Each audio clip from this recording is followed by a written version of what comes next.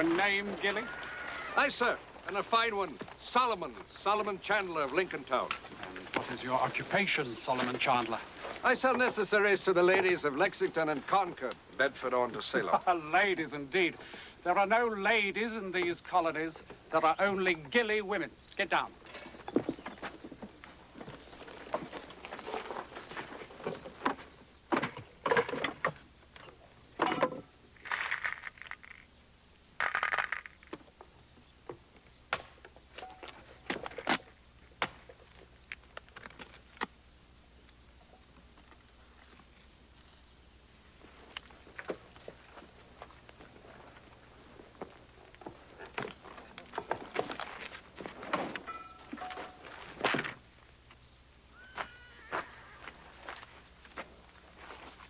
Suppose you have a ready explanation for having His Majesty's musket in your possession?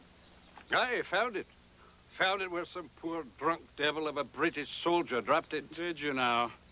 And the barrel of powder and the box of shot, I suppose you found them too, hmm? Aye, that too, sir. You disappoint me, Solomon Chandler. A good thief must first of all be a good liar. No. Let him live to talk. We want his Whig friends to know that their days of stealing from us and smuggling His Majesty's munitions out of Boston are at an end.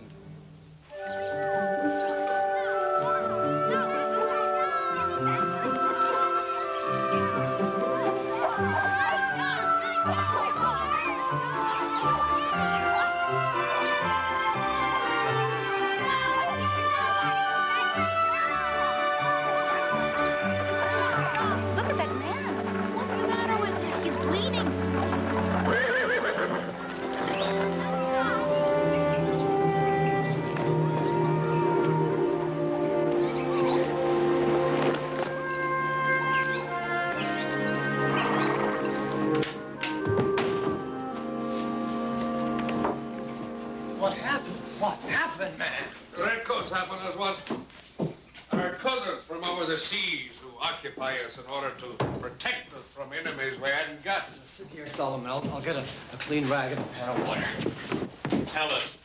It was a patrol of some sort. They were on the Monotony Road. How many? 5, 2 in uniform, 3 without. Same 5 who rode through here earlier today. I saw them from the fields. Aye, they searched my wagon, they did. Found my delivery for Concord. The delivery for Concord.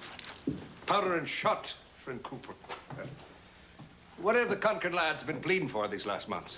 Except the Tories in their midst, there ain't a man between 16 and 60 there who wouldn't rather have powder and shot than a guarantee of salvation signed and sealed by Jehovah himself. Solomon, you didn't tell them, did you, that the powder and shot was destined for Concord? They didn't ask. Why should they? We're all peasants to them, all gillies. What the Redcoats think of us is not important, Solomon. What we think of ourselves is what determines our lives, and we only want to be left in peace. Peace? What is peace without dignity? What is peace without honor? Peace indeed. The king's peace is slavery. Slaves live in a kind of peace without honor as men. You are beginning the same speech you have been preaching up and down our Massachusetts colony since grown men can remember. We've heard it 1,000 times. We have no need to hear it again. You don't, do you? It hurts your ears to hear the truth, eh? You preach revolution, Solomon, and you call it truth. Moses Cooper, it is our duty to throw off that which demeans us as men. What do you know of duty, Solomon? Sadly enough, you have always been a lone eagle. An eagle with pride. You give me that? Oh, yes, I will give you that. A lonely, prideful eagle. With no wife, no children, no loved ones, no one to cherish him while he's here. And none to miss him when he's gone. Your whole life, Solomon Chandler, has been a history of bloodshed. Well, you see, I've never had a master. No man has assumed authority over me without suffering great regret for having done so. Oh, yes. We know you well for what you are, Solomon. If you hadn't a grievance, you'd sit awake at night inventing one. I'm calling a committee meeting for tonight. What need is there to call a special meeting, John? Because before last month, there was rarely a Redcoat or an agent to be seen on a road this side of Cambridge. And now every week there's one patrol or two. I see no reason to call a special committee meeting without a specific reason. Good day. We have one. Solomon's blood. Solomon's blood. Oh, yes. He could lose a gallon of it and never miss an ounce. Everybody knows Solomon's history. He fought with the British Army against the French, and he fought with the French against the Indians, and he fought with the Indians against the Indians. I am not what you might call happy with the blood of such a man determining my future. Moses is right. You got what you might expect.